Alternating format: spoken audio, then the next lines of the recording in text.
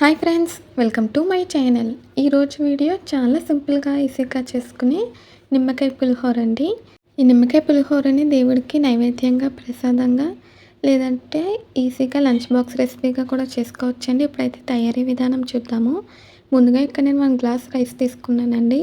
Wash చేస్తాను 3 సార్లు. తర్వాత తగినంత వాటర్ వేసి ముందుగా రైస్ అయితే వండుకోవాలి. స్టవ్ మీద పెట్టేసానండి. మీకైతే నేను రైస్ ఉడికిపోయాక చూపిస్తాను.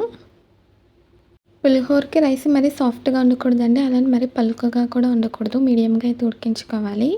చూడు ఫ్రెండ్స్, ఇప్పుడైతే రైస్ ఉడికిపోయిందండి. ఇలా మీడియంగా ఉడికించుకున్నాక స్టవ్ ఆఫ్ చేస్తాను. ఇప్పుడైతే అన్నం వాష్ చేసానండి. మేమైతే డైలీ రైస్ ఇలానే వండుకుంటాము.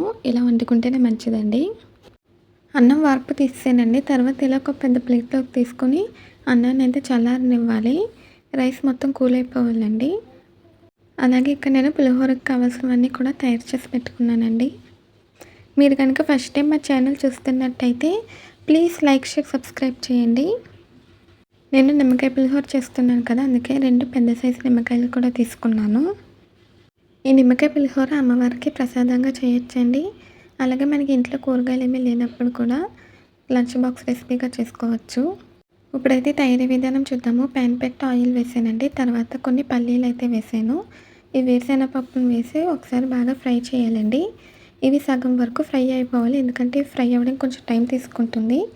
వీటిని సగం వేయించేసాక తర్వాత మిగిలిన పప్పులు వేస్తే మనకి అన్నీ కూడా ఈక్వల్గా ఫ్రై అవుతాయండి. తర్వాత పచ్చిశనగపప్పు, మినప్పప్పు, ఆవాలు వేసి వేయించాను. మనకి పులిహోరలో ఈ పప్పులు ఎక్కువగా ఉంటేనే బాగుంటుందండి. తర్వాత ఇందులోకి సన్నగా తరిగిన అల్లం ముక్కలు, కరివేపాకు, అలాగే కారానికి తగినంత ఎండుమిర్చి, పచ్చిమిర్చి తీసుకోవాలండి. పచ్చిమిర్చి నేను 4 తీసుకున్నాను, ఎండుమిర్చి 3 తీసుకున్నాను. పచ్చిమిర్చిని పొడుగ్గా కట్ చేసి వేసానండి.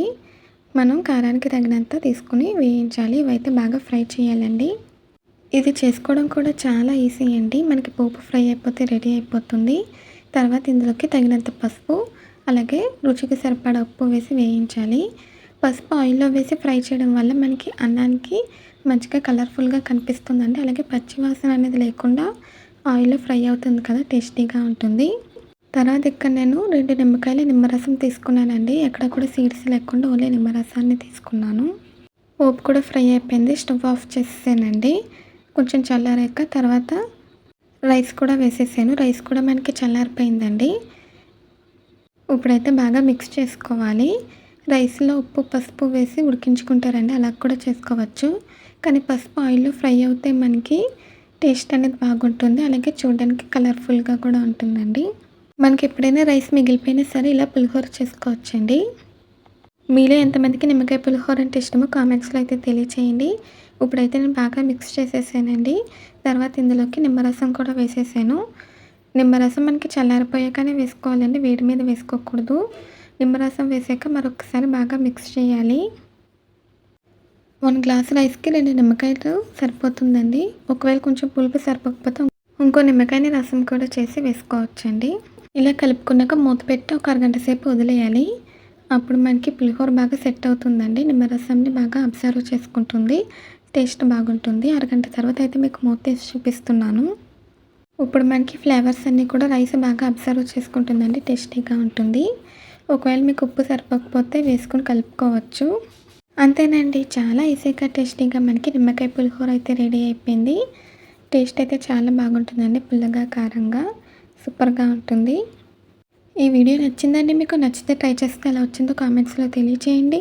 ఈ వీడియో నచ్చితే ప్లీజ్ లైక్ చేయండి, షేర్ చేయండి, సబ్స్క్రైబ్ చేయండి, అలాగే బెల్ ఐకాన్ క్లిక్ చేయండి. ఈ వీడియో నచ్చితే కామెంట్ చేయండి. మళ్ళీ ఒక కొత్త వీడియోతో, కొత్త రెసిపీతో కలుద్దాం. Bye friends.